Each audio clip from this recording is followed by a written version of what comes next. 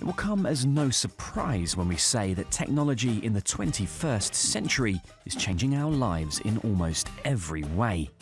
From laptops helping us work on the move, to smartphones that fit in our pockets, to tablets that contain all of our files. And, as you may have guessed, it's even changing the way that we learn too. And it's using cutting-edge tech to do it. Made of cardboard. This month, Google announced that their cardboard program for schools would be made available in even more classes around the world. Cardboard is a cheap and cheerful way to turn a smartphone into a virtual reality viewing experience. The expedition's Pioneer program took this VR tech to teachers and students to enable a whole new level of teaching. Teachers were able to guide their pupils on immersive virtual journeys to landmarks across the world without ever leaving the classroom. And they haven't stopped there.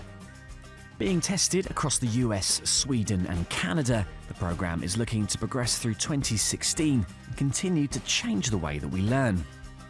Google Cardboard is just one of many technologies that offers an alternative way of learning to students.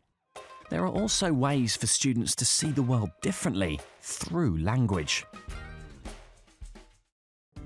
This is where companies like Duolingo step in. The application invites its users to learn a language through short online lessons and tests. By offering up simple sentences, words and phrases, Duolingo gives users the tools they need to translate new languages and eventually will help them to speak them. And Duolingo has been integrated into schools as well. French teacher Nadia Reich says the app has helped advance her students' learning. I have seen grade 1s working at grades above their level. I have seen grade 8s who never wanted to do French and take Duolingo in their hands and become the most focused students I have ever seen. Then there are other websites teaching a different kind of language: programming. Codecademy is an online platform that teaches users how to work in 9 different coding languages. The developers have created step-by-step guides online that hold your hand along the way. To newcomers, coding can seem like, well, code. So Codecademy co-founder Zach Sims wanted to give people the resources they needed to crack it. Think about what we build as the fiber that connects a community of what is millions and millions of people. And we looked around and we saw that resources that people needed in order to get jobs weren't available to them. And we decided then that Codecademy would be a free and easy way for anyone to learn the skills they need in order to better themselves and find a job. And according to users, this method is already working. What Codecademy really did for me is give me the ability to create the things that I imagined. It gave me a sense of purpose. A great example of how technology is not only transforming how we learn, but what we learn. Lots of educational establishments have already begun to take their learning online. edX is a massive open online course provider, also known as a MOOC. By teaching online, it is able to reach people and places that conventional educational tools would never be able to. Anant Agarwal, CEO of edX, explains the importance of being able to offer these services to the world. Education should be available to everybody like the air we breathe.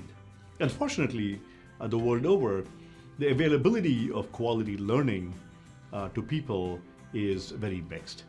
So our goal was, by bringing technology to learning, we could make available high-quality learning to anybody in the world with an internet connection and a will to learn. So, technology has transformed the way that educators and learners can collaborate. But not everyone agrees that it's the revolution it's been touted as. Derek Muller, aka Veritasium on YouTube, has discussed this very topic at length. He's explored the history of the types of technology that have claimed they would change the way we learn. Some call him skeptical, but Derek has looked in depth into whether the tech we have in the modern world is any better than the resources we had already. Does a video promote learning better than a book? Are live lectures more effective than televised lectures? Is animation better than static graphics? In all well-controlled studies, the result is no significant difference. That is, so long as the content is equivalent between the two treatments, the learning outcomes are the same with all different media. The future for Derek all points to one place. YouTube must be the platform that will revolutionize education. I mean, the number of educational videos on YouTube is increasing every day.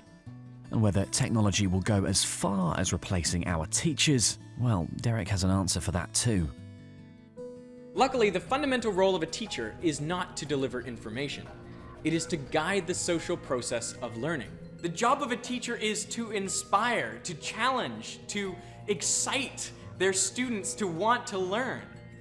Yes, they also do explain and demonstrate and show things, but fundamentally, that is beside the point. The most important thing a teacher does is make every student feel like they are important, to make them feel accountable for doing the work of learning. Derek explains that YouTube is one of the only tools that offers a way for education to still be a collaboration between the student and a passionate and engaged teacher. But other companies believe that interaction and teaching yourself is the most important thing. For example, growth engineering.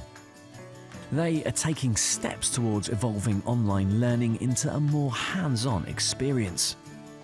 Using a process called gamification, they apply gaming mechanics to non-gaming environments to make difficult tasks seem easier. Managing Director Juliet Denny believes that this makes learning not only more fun, but more effective too. Technology is completely changing the way we learn, and absolutely for the better. Because of technology, we can make sure that the training programs that we send out are more personal and tailored to the individual's needs. We can make sure that more social, so they get embedded and we actually get a change in behaviour.